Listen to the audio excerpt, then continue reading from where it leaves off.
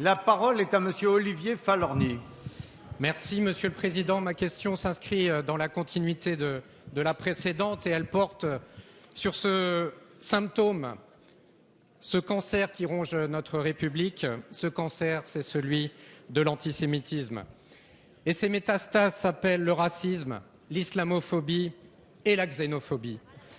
Les agressions qui visent nos compatriotes de confession juive nous concernent tous, quelle que soit notre origine, notre croyance ou notre religion. Quand on entend « mort aux Juifs » devant une synagogue, chacun d'entre nous doit entendre « mort à la République ». Alors, face à ce mal qui monte, il n'y a qu'une thérapie, celle de l'école et celle de la laïcité. L'éducation qui seule peut vaincre les préjugés et la détestation de l'autre, car ce sont toujours les enfants de l'ignorance. C'est la laïcité dont nous fêtons aujourd'hui l'anniversaire et qui constitue le remède le plus moderne face à la haine. Monsieur le ministre de l'Intérieur, vous avez eu des mots très forts dimanche à Créteil. Nous souhaitons que la lutte contre l'antisémitisme et le racisme devienne une grande cause nationale, car cela nous concerne tous.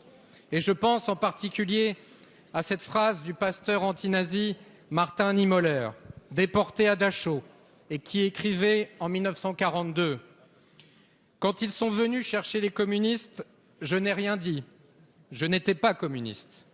Quand ils sont venus chercher les syndicalistes, je n'ai rien dit, je n'étais pas syndicaliste. Quand ils sont venus chercher les juifs, je n'ai rien dit, je n'étais pas juif. Et quand ils sont venus me chercher, il ne restait plus personne pour protester. » La parole est à Monsieur Bernard Cazeneuve, ministre de l'Intérieur.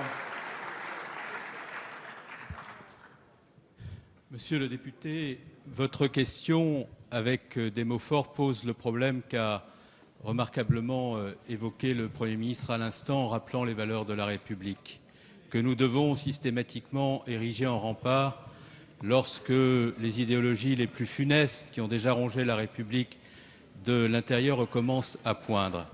Je me suis rendu, il y avait d'ailleurs de nombreux parlementaires de toute sensibilité, dimanche matin à Créteil.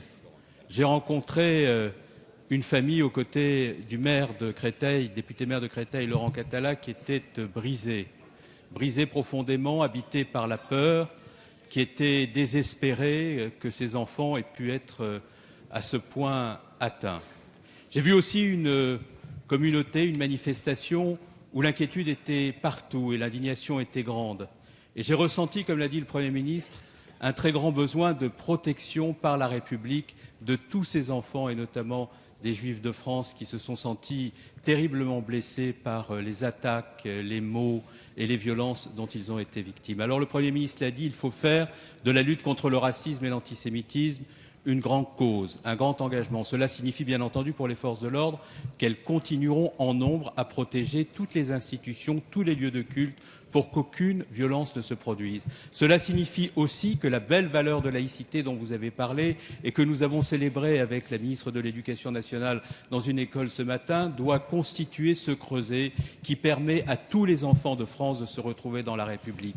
Cette valeur de laïcité, c'est quoi? C'est une valeur de respect profond, de respect de ceux qui croient et qui ne croient pas, et pour ceux qui croient et qui ont fait le choix en conscience de leur religion, d'être respectés dans la République en raison de ce que sont leurs convictions. Cette grande cause nationale qui doit mobiliser toutes les administrations, qui doit mobiliser tous les acteurs de la République, doit remettre au cœur de la République, au cœur de notre pays, une belle notion dont les Juifs de France et toutes les victimes du racisme ont grand besoin. Cette valeur, elle porte un nom simple, le respect. Merci, Monsieur le ministre.